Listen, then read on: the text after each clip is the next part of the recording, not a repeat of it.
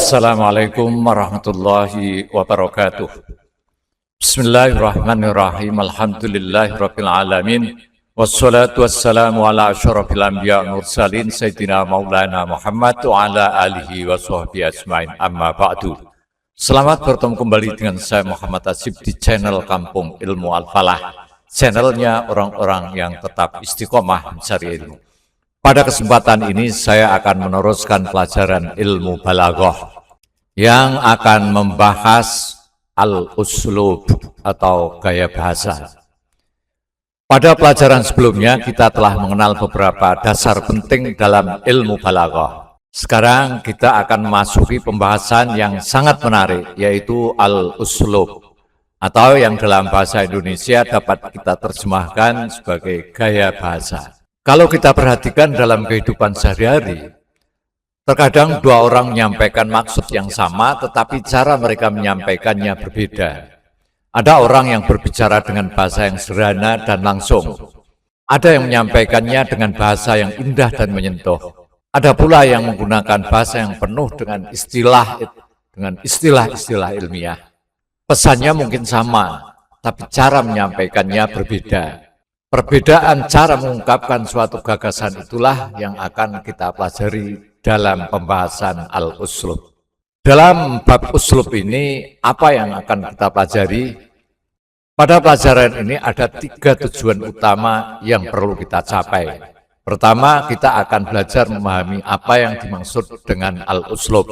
Jadi kita tidak hanya mengetahui bahwa uslub berarti gaya bahasa, tapi kita akan memahami lebih jauh apa hakikat gaya bahasa dan mengapa seorang memilih gaya tertentu ketika menyampaikan sebuah gagasan. Kedua, kita akan mengenal berbagai macam uslub beserta ciri-cirinya. Sebab gaya bahasa itu tidak hanya satu macam. Ada gaya bahasa yang digunakan dalam bahasa ilmiah, dalam tulisan-tulisan ilmiah, ada gaya bahasa sastra, dan ada pula gaya bahasa yang memiliki kekuatan retoris tertentu. Masing-masing memiliki karakter dan keistimewaan yang berbeda.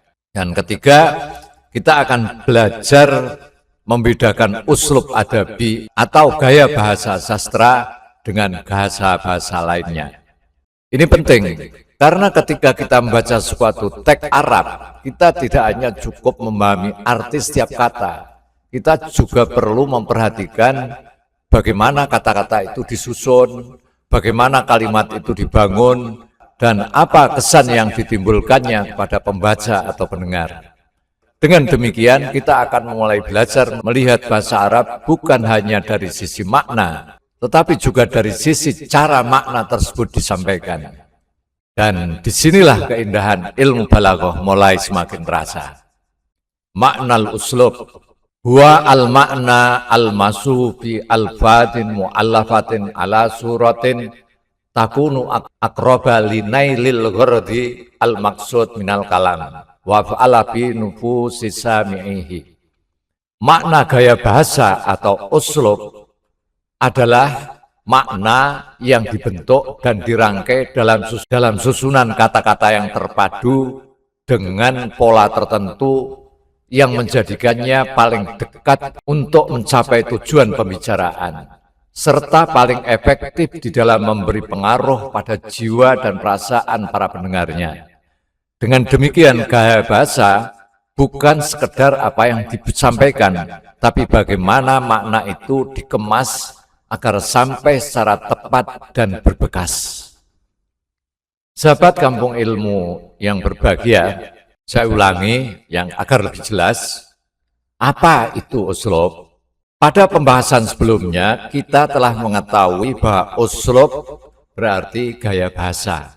Tapi sebenarnya apa yang dimaksudkan dengan gaya bahasa? Untuk memahaminya, kita bisa mulai dari sebuah pertanyaan.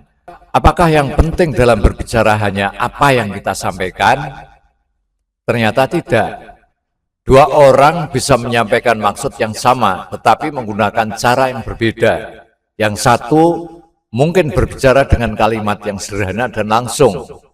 Yang lain mungkin menggunakan ungkapan yang lebih indah, lebih menyentuh, atau lebih kuat dalam mempengaruhi pendengarnya. Artinya, dalam sebuah komunikasi ada dua hal yang perlu kita perhatikan. Pertama, apa yang ingin kita sampaikan, dan kedua, bagaimana cara kita menyampaikannya. Nah, cara kita mengemas sebuah makna ke dalam kata-kata dan susunan kalimat, itulah yang disebut dengan al-uslub atau gaya bahasa. Secara sederhana, kita bisa mengatakan gaya bahasa adalah cara mengemas sebuah makna dengan kata-kata dan susunan-susunan kalimat tertentu, sehingga maksud yang ingin disampaikan dapat diterima dengan jelas dan memberikan pengaruh kepada pendengar. Jadi, gaya bahasa bukan hanya persoalan kata apa yang digunakan, tapi juga bagaimana kata-kata itu disusun. Karena susunan yang berbeda dapat menghasilkan kesan yang berbeda. Ada ungkapan yang terasa biasa saja, ada ungkapan yang terasa indah, ada ungkapan yang terasa kuat, dan ada pula ungkapan yang mampu menyentuh hati seseorang. Inilah salah satu keindahan yang ingin kita pahami melalui ilmu balaghah. Anwa'ul uslub, yang qasimul uslubu ila salasati aqsamin. Uslubun ilmiyun, wa uslubun adabiyun, wa uslubun khitabiyun. Gaya bahasa terbagi menjadi 3 macam. Pertama, gaya bahasa ilmiah, yaitu gaya bahasa yang bertujuan menyampaikan fakta dan pengetahuan secara jelas, teratur, dan objektif. Kedua, gaya bahasa sastra, yaitu gaya yang mengedepankan keindahan ungkapan, kekuatan rasa, dan daya pengaruh emosional dengan pilihan kata dan susunan kalimat yang hidup. Ketiga, gaya bahasa retoris atau oratoris, yaitu gaya bahasa yang digunakan untuk mengaruhi atau membangkitkan semangat, menggelurakan semangat, dan menggerakkan pendengar, terutama dalam pidato dan seruan publik. Lalu, apakah semua gaya bahasa itu sama? Tentu tidak. Penjelasannya, pertama, al-uslubul ilmiyu, gaya bahasa ilmiah. Gaya bahasa ilmiah digunakan ketika tujuan utama kita adalah menyampaikan ilmu, menyampaikan fakta dan pengetahuan. Karena itu, gaya ilmiah harus jelas, teratur, dan objektif. Ketika seorang guru menjelaskan suatu teori kepada muridnya, misalnya, ia tidak membutuhkan kata-kata yang berlebihan. Yang paling penting adalah agar murid mudah memahami informasi yang disampaikan dengan tepat. Kedua, al-uslubul adabi, gaya bahasa sastra. Kalau gaya bahasa ilmiah lebih menekankan kejelasan informasi, gaya bahasa sastra lebih memperhatikan keindahan ungkapan dan kekuatan rasa. Penulis sastra memilih kata-kata bukan hanya karena maknanya benar, tetapi juga karena kata-kata tersebut mampu menghadirkan suasana, nuansa, menggugah perasaan, dan meninggalkan kesan dalam jiwa pembacanya. Karena itu, ketika membaca karya sastra yang baik, terkadang kita tidak hanya memahami maknanya, tapi juga merasakan sesuatu di dalam hati kita. Kalau yang kita baca itu sedih misalnya, kita bisa meneteskan air mata. Kalau yang kita baca lucu misalnya, kita bisa ikut tertawa. Ketiga, al-uslubul khitabi, gaya bahasa retoris atau oratoris. Gaya ini banyak digunakan dalam pidato, ceramah, khutbah, dan seruan kepada masyarakat. Tujuannya bukan sekedar memberikan informasi, tapi juga mempengaruhi pendengar, membangkitkan semangat, menggugah perasaan, dan mendorong mereka untuk melakukan sesuatu. Karena itu, seorang pembicara membutuhkan pilihan kata, membutuhkan susunan kalimat yang kuat dan mampu menggerakkan hati pendengarnya. Lalu, apa yang menjadi ciri penting masing-masing gaya bahasa itu? Dalam berbagai macam gaya bahasa tersebut, ada satu hal yang sangat penting untuk kita perhatikan, yaitu kejelasan. Bahasa yang baik harus mampu memperlihatkan makna yang ingin disampaikan dengan terang, dengan jelas. Jangan sampai kata-kata yang kita gunakan justru membuat pendengar bingung. Jangan sampai satu kata memiliki banyak kemungkinan makna, sementara kita tidak memberikan petunjuk yang cukup untuk menentukan maksud kita. Karena itu, pemilihan kata harus dilakukan dengan cermat. Kata-kata yang digunakan harus jelas, tepat, dan tegas maknanya. Kemudian kata-kata tersebut disusun dalam kalimat yang mudah dipahami dan tidak berbelit-belit. Dengan demikian, lafaz menjadi seperti pakaian yang bening bagi makna. Ketika kita melihat pakaian yang bening, apa yang berada di baliknya dapat terlihat dengan jelas. Demikian pula sebuah gaya bahasa yang baik. Kata-kata tidak boleh menutupi makna. Sebaliknya, kata-kata harus membantu pendengar melihat makna yang dimaksud dengan jelas. Jadi, kalau kita ingin menyederhanakan pembahasan ini, ingatlah kata-kata ini. Al-uslubu laisa faqat ma naqul, bal kaifa naqul. Gaya bahasa bukan hanya tentang apa yang kita sampaikan saja, tapi juga tentang bagaimana kita menyampaikannya. Dan semakin tepat kita memilih kata serta menyusun kalimat, semakin mudah pula makna itu sampai kepada pendengar. Bahkan semakin besar kemungkinan makna tersebut dapat membekas dalam jiwa mereka. Al-uslubul ilmiyu wa huwa ahda'ul asalibi wa aktsaruha ihtiyajan ilal mantiqis salim wal fikril mustaqim wa ab'adwa anil khayali syi'ri li'annahu yukhatibul aqla wa yunajil fikra wa yashrahul haqa'iqa al-ilmiyata allati la takhlu min ghumudin wa khifa'in wa adharu mayyizati hadzal uslub al-wuduh wa yajibu ayyukna bi ikhtiyaril alfat al-wadihah as-sarihah bi ma'naha al-khaliyati minal ishtiraq wa antu allafa hadil alfadu bi suhulatin wa jala'in hatta takuna sauban syafafan lil makna al-maksud. Gaya ilmiah atau gaya bahasa ilmiah adalah gaya bahasa yang paling tenang di antara berbagai gaya bahasa. Ia menuntut konsistensi logika yang sehat dan keteguhan cara berpikir yang lurus, serta merupakan gaya yang paling jauh dari khayalan puitis. Sebab sasaran utamanya adalah akal dan nalar. Ia berbicara kepada pikiran, berdialog dengan intelektualitas, dan menjelaskan fakta-fakta ilmiah yang seringkali mengandung kerumitan dan mengandung unsur ketidakjelasan. Ciri paling menonjol dari gaya ini adalah kejelasan. Oleh karena itu, penyusunannya harus memperhatikan pemilihan kata-kata yang terang, yang tegas maknanya, bebas dari ambiguitas, dan bebas dari makna ganda. Kata-kata tersebut kemudian dirangkai dalam susunan yang mudah dan lugas, sehingga menjadi laksana pakaian bening yang memperlihatkan makna yang dimaksud tanpa menutupinya. Sahabat kampung ilmu yang berbahagia, kalau kita mendengar istilah gaya ilmiah, mungkin yang terbayang adalah buku pelajaran, penelitian, penjelasan guru, atau tulisan yang membahas suatu ilmu. Dan memang demikian, gaya bahasa ilmiah adalah gaya bahasa yang tujuan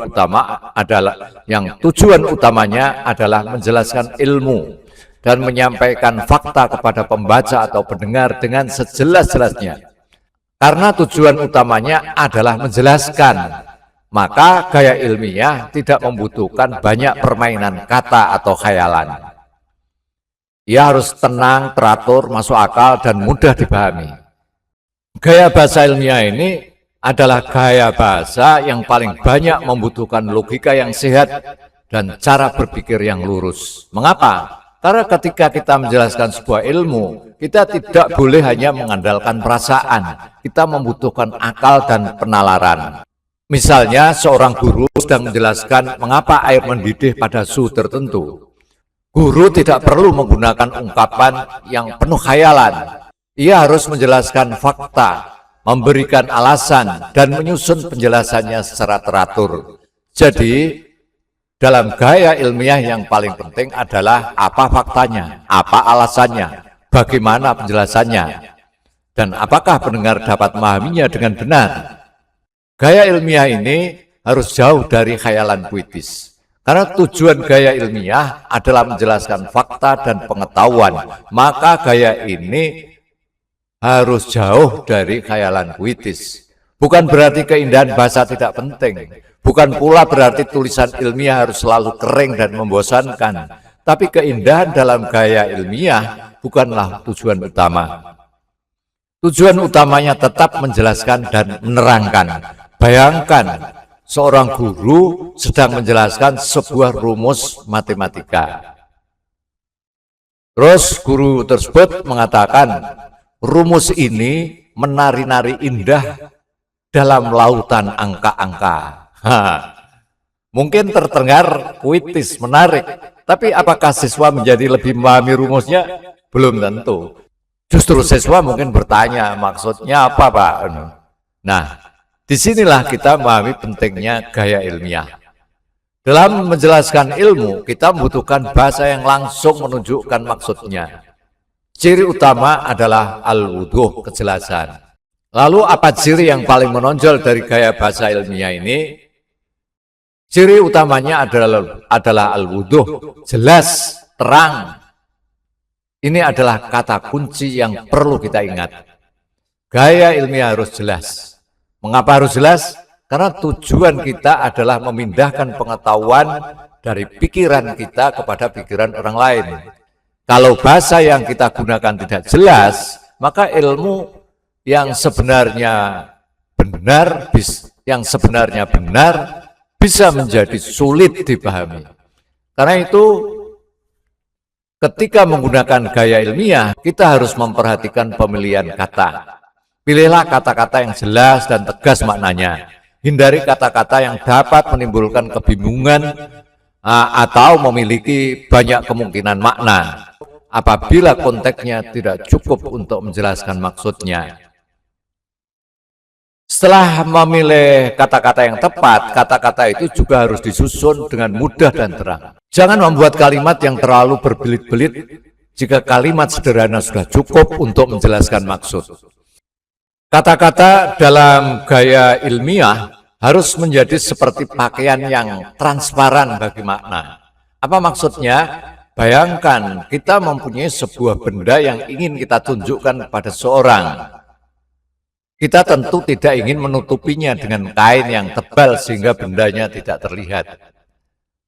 Kita justru membutuhkan sesuatu yang memungkinkan benda tersebut terlihat dengan jelas. Begitu pula dengan makna. Makna adalah sesuatu yang ingin kita sampaikan. Sedangkan kata-kata dan kalimat adalah wadahnya. Kalau wadah itu terlalu rumit, terlalu berbelit-belit, atau penuh dengan kata-kata yang tidak diperlukan, maka makna menjadi sulit terlihat. Sebaliknya, jika kata-kata dipilih dengan tepat dan disusun dengan sederhana, maka makna akan muncul dengan jelas. Jadi, dalam gaya ilmiah, kata-kata bukan untuk menutupi makna, tetapi untuk memperlihatkan makna. Kesimpulannya, kalau kita sederhanakan pembahasan ini, ada beberapa hal yang perlu kita ingat tentang al-uslubul ilmi, gaya bahasa ilmiah. Pertama, gaya ilmiah digunakan untuk menjelaskan ilmu dan fakta. Kedua, gaya ilmiah membutuhkan logika yang sehat dan pemikiran yang lurus. Ketiga, gaya ilmiah tidak banyak bergantung pada khayalan puitis, karena sasaran utamanya adalah akal dan pikiran. Dan yang paling penting, ini keempat, ciri utamanya adalah al-wuduh, kejelasan. Maka ketika kita menulis atau berbicara dengan gaya ilmiah, tanyakan dulu kepada diri kita, apakah kata-kata yang saya gunakan sudah jelas? Apakah susunan kalimat saya mudah dipahami? Apakah pendengar dapat menangkap maksud saya tanpa kebingungan?